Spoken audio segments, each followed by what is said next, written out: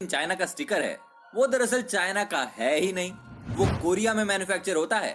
और शायद इसीलिए चाइनीज प्रोडक्ट यदि खराब हो भी जाएं तो भी स्टिकर सही सलामत रहता है। दूसरी तरफ ये जो पबजी गेम है जिसका इंडिया में बहुत ज्यादा क्रेज है, इसे लेकर ये कहा जा रहा है कि ये एक चाइनीज गेम है। ये गेम किस कंट्री का है और किस कंट्री को इसका फायदा हो रहा है ये मैं आपको बाद में बताता हूँ, लेकिन ये गेम जिस कंट्री का कहा जा रहा है यानी कि चाइना का, ये गेम उसी देश में बैंड है। पबजी के अलावा एक और गेम है जो इंडिया में बहुत ही पॉपुलर है। अब तक तो आप समझ ही गए होंगे कि मैं फ्री फायर की बात कर रहा हूँ। दोस्तों, फ्री फायर गेम जिसके दीवाने आज पूरी दुनिया में हैं और अब इस गेम को खेलने वालों की दीवानगी इतनी बढ़ गई है कि एक टाइम ऐसा था जब हर कोई इस गेम को खेलते हुए दिख जाता था। शायद आपने भी ये गेम खेला होगा या इसका नाम तो सुना ही होगा, और अगर नहीं खेला है तो आज की वीडियो देखने के बाद आप भी इस गेम को जरूर खेलना चाहेंगे। तो चलिए शुरू करते हैं आज का ये वीडियो, और इस गेम से रिलेटेड पूरी जानकारी के लिए एंड तक ये वीडियो जरूर देखिएगा, क्योंकि इसके बाद आप अपने दोस्तों के सामने इन फैक्ट्स को बताकर अच्छा खासा इंप्रेशन जमा सकते हैं। और कुछ सवाल है फ्री फायर से रिलेटेड जिनके जवाब हम आपको इस वीडियो के एंड में देंगे, और वो सवाल कुछ ऐसे हैं कि क्या आपको पता है कि फ्री फायर की पॉपुलैरिटी कितनी है, या फ्री फायर को कितने अवार्ड मिल चुके हैं, या फिर क्या आपको पता है कि फ्री फायर में बम फेंकने के कितने सेकंड बाद वो ब्लास्ट होता है, या फिर क्या ये आपको पता है कि फ्री फायर में जो ये वर्ड बूया है इसका एग्जैक्ट मीनिंग क्या है, और ये कि फ्री फायर किन देशों में सबसे ज्यादा खेला जाता है। हम इन सब सवालों के जवाब आपको इस वीडियो के एंड में देंगे। तो अभी शुरू करते हैं अपना video. So let's start the game. Number 1, free fire बनाने का आइडिया कब और कैसे आया। हम सब गेम्स तो सारे खेल लेते हैं, पर इन गेम्स को खेलते समय हम एक बात ये भी सोचते हैं कि यार अगर ये गेम इन्वेंट नहीं हुआ होता तो हम अभी क्या कर रहे होते।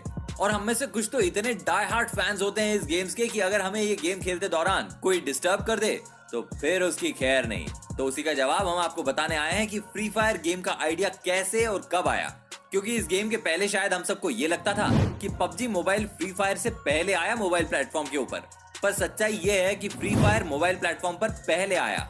और वो कहते हैं ना कि हर इन्वेंशन के पीछे एक स्टोरी होती है, वैसे एक स्टोरी 2017 में है जिसने फ्री फायर को मोबाइल प्लेटफॉर्म पर लॉन्च करने का आइडिया दिया।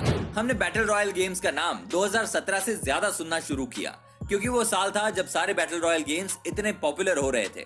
हम में से मोस्टली लोग जानते होंगे कि बैटल रॉयल गेम्स का क्या मतलब है, तो जो लोग नहीं जानते तो उन्हें हम बता दें कि बैटल रॉयल एक online multiplier video game genre है जिसमें गेम प्लेयर को एंड तक सरवाइव करना पड़ता है, और जो भी प्लेयर एंड तक सरवाइव कर लेता है वो विनर होता है गेम का।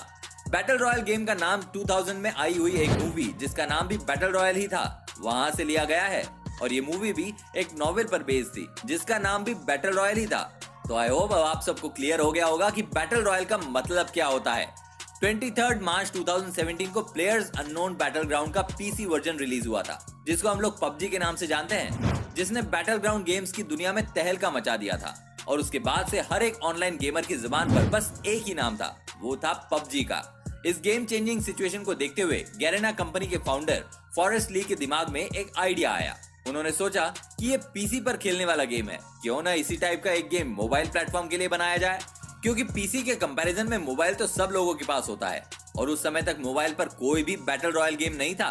फॉरेस्ट ली ने कभी सोचा भी नहीं होगा कि उनका ये आइडिया उन्हें करोड़पति बनाने वाला है। फॉरेस्ट ली को ये आइडिया आते ही उन्होंने इस गेम को बनाने का काम गैरेना की दो कंपनी 111 डॉट स्टूडियो वियतनाम और ओमेन स्टूडियो नीदरलैंड्स को दे दिया। और आप यकीन मानिए कि इन कंपनीज ने सिर्फ 7 महीने में यानी कि 20 नवंबर 2017 को इस गेम का बीटा वर्जन रिलीज कर दिया था। यहाँ आपको बता दें कि बीटा वर्जन गेम का वो वर्जन होता है जो गेम के रिलीज से पहले कुछ लिमिटेड यूजर्स को खेलने के लिए दिया जाता है, ताकि उनके रिव्यूज और सजेशंस के हिसाब से गेम के फाइनल रिलीज में चेंजेस और मॉडिफिकेशंस किए जा सके। फ्री फायर फाइनली रिलीज हुआ 4 दिसंबर 2017 को, और पबजी का मोबाइल वर्जन आया था फरवरी 2018, जो कि फ्री फायर के रिलीज होने के 2 महीने बाद की डेट थी। इसके बावजूद भी पबजी ने फ्री फायर को ऑनलाइन गेमिंग की दुनिया में बहुत पीछे छोड़ दिया था, और इसका सबसे बड़ा कारण ये था कि पबजी ने अपने गेम को वर्ल्ड वाइड प्रमोट किया था, और इस हद तक प्रमोट किया था कि कोई भी ऑनलाइन गेमिंग इससे नहीं बच पाया था। और वहीं दूसरी तरफ 2 महीने पहले लॉन्च होने का जो फायदा फ्री फायर उठा सकता था, वो अपने ऑनलाइन प्रमोशन ना होने की वजह से गैरेना नहीं उठा पाया। पर वो होता है ना कि हम गलतियों से ही सीख लेते हैं, और इसी गलती से गैरेना ने सीख ली, और उसके बाद उन्होंने फ्री फायर का अच्छा खासा वर्ल्ड वाइड प्रमोशन शुरू कर दिया, जिसके बाद से फ्री फायर ने पीछे मुड़कर कभी नहीं देखा। Number 2, back story. अब हम बात करेंगे फ्री फायर की बैक स्टोरी की, क्योंकि किसी भी गेम की बैक स्टोरी जानने के बाद ही आपको ये पता चलता है कि वो गेम किस कंसेप्ट पर बना हुआ है। और देखा जाए तो जितने भी बैटल रॉयल गेम्स जैसे पबजी हो गया, फोर्टनाइट हो गया और कॉल ऑफ ड्यूटी, इन सब का कोई ना कोई बैक स्टोरी जरूर होती है। और आप में से बहुत से लोग ऐसे भी हैं जिन्हें फ्री फायर का बैक स्टोरी पता होगा। तो आप लोग इस गेम को बहुत ही क्लोजली फॉलो कर रहे हो, क्योंकि गेम्स तो हर कोई खेल लेता है, पर उसके पीछे के फैक्ट्स पता होना रियल फैंस कहलाने की निशानी होती है। तो दोस्तों, इसकी बैक स्टोरी ये है कि एक मिस्टीरियस ऑर्गेनाइजेशन होता है जिसका नाम है एफएफ से यहाँ मतलब फ्री फायर ही होगा।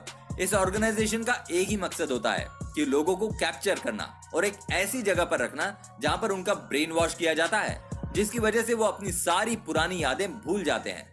इस ऑर्गेनाइजेशन में साइंटिस्ट की एक टीम होती है जो इन कैप्चर किए हुए लोगों की बॉडी में कुछ मॉडिफिकेशन भी करती है, जिसकी वजह से ये अपनी पुरानी यादें भूल जाएं और इन्हें बैटल के लिए तैयार किया जाता है। उसके बाद उन्हें प्लेन से एक बरमुडा नाम के आइलैंड पर ले जाया जाता है और पैराशूट के जरिए वहां उतारा जाता है और यहाँ इन सब लोगों के बीच सर्वाइवल का टास्क दिया जाता है।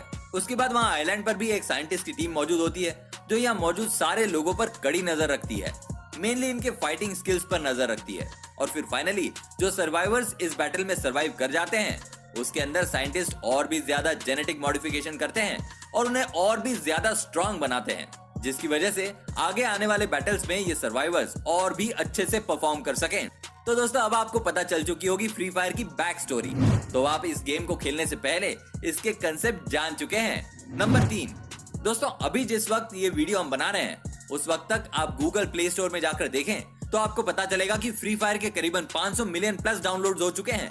और लास्ट 2019 नवंबर का डेटा उठाकर देखें तो उसके हिसाब से फ्री फायर के 450 मिलियन रजिस्टर्ड यूजर्स भी हो चुके हैं, जिसकी वजह से अब तक फ्री फायर ने $1 बिलियन की इनकम को भी क्रॉस कर दिया है। फ्री फायर की पॉपुलैरिटी की वजह से फ्री फायर को बेस्ट पॉपुलर वर्ल्ड गेम का अवार्ड भी मिल चुका है गूगल प्ले स्टोर की तरफ से। साथ ही ऐप एनी के अनुसार एप्पल ऐप स्टोर और गूगल प्ले स्टोर को मिलाकर 2018 में फ्री फायर दुनिया का चौथा सबसे अधिक डाउनलोड किया जाने वाला गेम था। नंबर 4, वैसे तो जब भी ऑनलाइन गेमिंग का नाम आता है तो हम सबको एक ही नाम याद आता है, वो पबजी का, जैसा कि हमने आपको अभी थोड़ी देर पहले इस वीडियो में बताया, क्योंकि उसका वर्ल्ड वाइड प्रमोशन ही इस तरह से किया गया था कि सबकी जुबान पर एक ही नाम रटा हुआ है ऑनलाइन गेमिंग के हिसाब से। पर अगर हम रजिस्टर्ड यूजर्स और डाउनलोड के हिसाब से कंपैरिजन करते हैं तो फ्री फायर बहुत आगे है पबजी मोबाइल से। पर वो इसलिए नहीं कि पबजी की पॉपुलैरिटी कम है, क्योंकि इसकी पॉपुलैरिटी के बारे में तो हम सभी जानते हैं, पर फ्री फायर के ज्यादा डाउनलोड का सिर्फ एक ही कारण है, वो ये है कि फ्री फायर का गेम साइज पबजी के कंपैरिजन में 3 गुना कम है। और इसकी एक खास बात और भी है कि free fire easily 1 GB RAM वाले फोन में रन कर सकता है। अब वो होता है ना कि बहुत से लोगों के पास बहुत महंगा स्मार्टफोन या एप्पल फोन नहीं होता है, तो यहाँ पर फ्री फायर के ज्यादा डाउनलोड्स की एक वजह ये भी है कि फ्री फायर को खेलने के लिए आपको कोई भी महंगा फोन लेने की जरूरत नहीं है। इस गेम को आप किसी भी एंड्रॉइड या एप्पल फोन में रन कर सकते हैं। फ्री फायर के अगर आप 3-4 गेम खेलते भी हो तो आपका फोन उतना हीट नहीं होता जितना कि पबजी खेलने के बाद होता है, क्योंकि जैसा कि हम जानते हैं कि पबजी का ग्राफिक्स नो डाउट बहुत अच्छा है और इसीलिए उसका गेम साइज 2 GB तक होता है। जैसा कि हम सब जानते हैं कि पबजी हाई ग्राफिक्स वाला गेम है और इसीलिए उसे खेलने में हम सबको ज्यादा मजा आता है। पर वहीं फ्री फायर आपके छोटे फोन्स में भी इजीली डाउनलोड होकर बहुत ही स्मूथली खेला जा सकता है। और यहाँ हम सारे फ्री फायर के फैंस को बता दें कि गैरेना ऑलरेडी फ्री फायर के एडवांस वर्जन पर काम कर रहा है, जिसका नाम है फ्री फायर मैक्स। और ये तो हम सब जानते ही हैं कि जब हमारे सामने ऑलरेडी एक एग्जाम्पल सेट होता है तो हम उससे बेटर ही कुछ क्रिएट करने का प्लान करते हैं, तो ऐसा ही कुछ गैरेना भी प्लान कर रहा है। तो चांसेस है कि अब जो फ्री फायर का एडवांस वर्जन आएगा वो बेटर और हाई ग्राफिक्स के साथ डेवलप होकर आएगा। नंबर 5, तो दोस्तों अब आगे बढ़ते हुए फ्री फायर वर्ल्ड सीरीज के बारे में कुछ फैक्ट्स जानते हैं।